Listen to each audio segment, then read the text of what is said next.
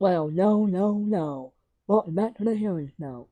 Then, today what I'm going to do, Creepypasta Elmo in the Moss. My name, my name is, my name is Lucas.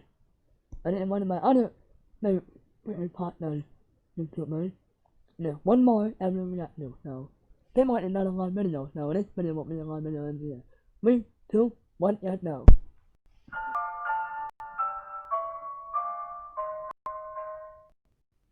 As a child, I had a toy box that I kept in my room with all the toys just piled on top of one another in a messy mountain of playthings. One toy in particular is ingrained into my memory this very day. My mom and I couldn't live together due to her mental illness. I often meet with her via appointment at my city's youth and family center. It's okay, I've gotten accustomed to it. It's alright. It was on my birthday when I visited her that she gave me the toy in question. A Tickle Me Elmo. I love my mother so very much. It didn't matter what she gave me. I love it all the same. Plus I saw those stories in the news about people stomping all over and literally killing one another over these toys. I could only imagine just how much she loved me.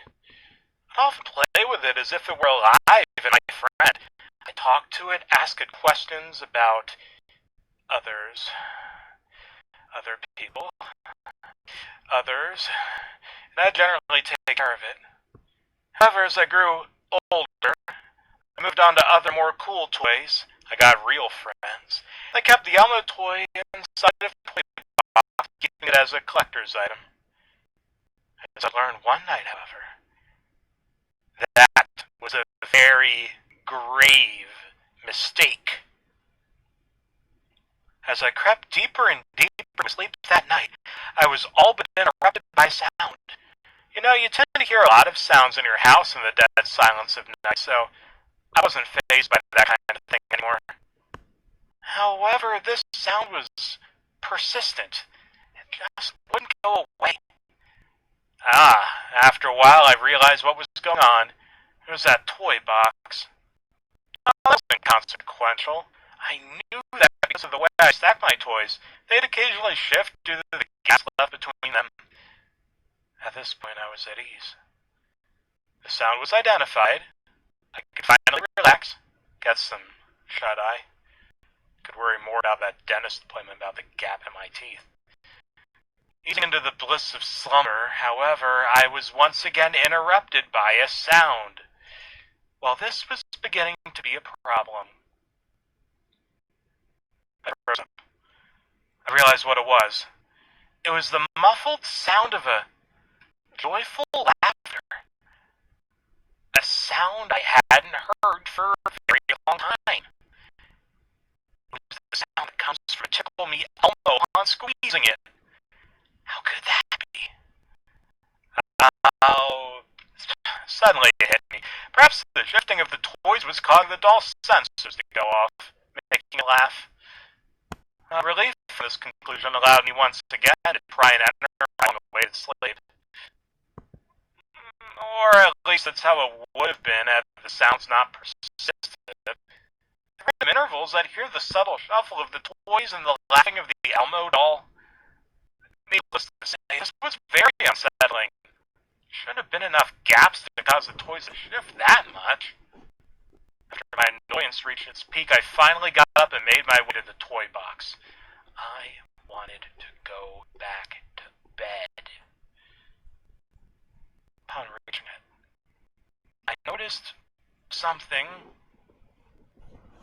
The lid of the toy box, even though I made sure to close it before going to bed, was slightly open. In the gap that the opening made, a single plastic guy stared at me. I chuckled to myself. This must have been some kind of practical joke. Maybe while I was in the bathroom, one of my aunts had come in and set up my toy box like this. That figures. They've had a history of pulling off pranks like this to try to scare me. How lame. Opening the lid, I picked up the Elmo doll and placed it on top of my dresser so it wouldn't involuntarily go off. I was glad that it was over. Relieved, I slipped back into the comfort of my blankets, this time anticipating a full night's rest.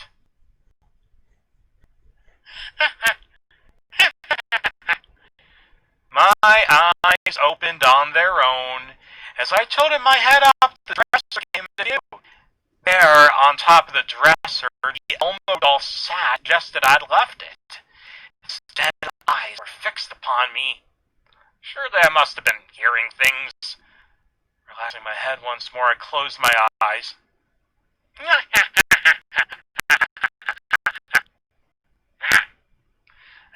I couldn't stand it. I quickly jolted out of my bed, as if I was possessed by some sort of unholy thing, and out of my room. Running quickly through the hallway, I made it to my grandmother's room and knocked on the door. "Ma, let me in, please." "What's the matter? Do you have any idea what time it is?" I was slumped onto my knees in front of the door at this point. "Just let me in, please.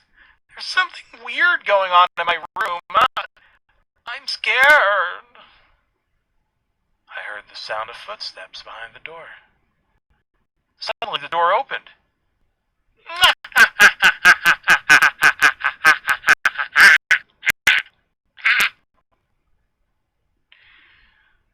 I stared in disbelief. Those dead plastic eyes once again. The Elmo doll that I was so positive, so sure was in my room, tucked away, never to be heard from again, at least for that night, was standing in the doorway of my grandmother's room. I screamed.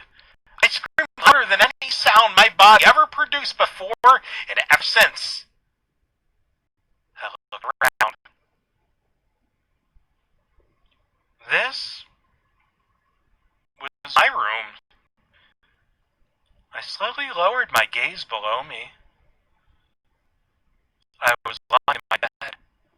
My body was covered in a cold sweat. Had it all just been a dream?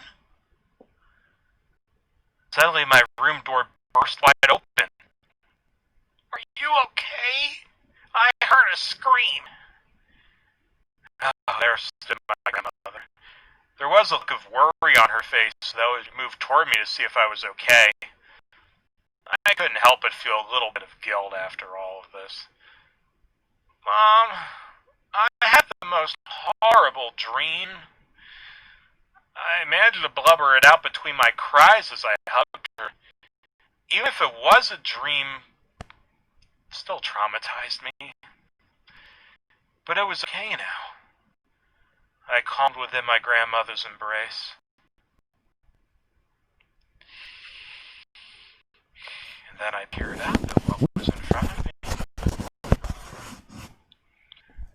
There, on the dresser, sat the Elmo, outside of its box. Its dead gaze was fixed upon me.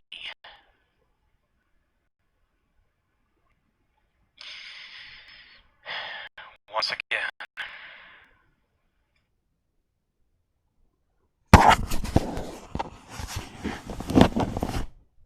Alright, that was Creepypasta, Elmo in the box by Davethuless. One more video that I didn't react to. Then I'm gonna hit the head, even though like 7:34. Like subscribe, and I'll see you guys next time.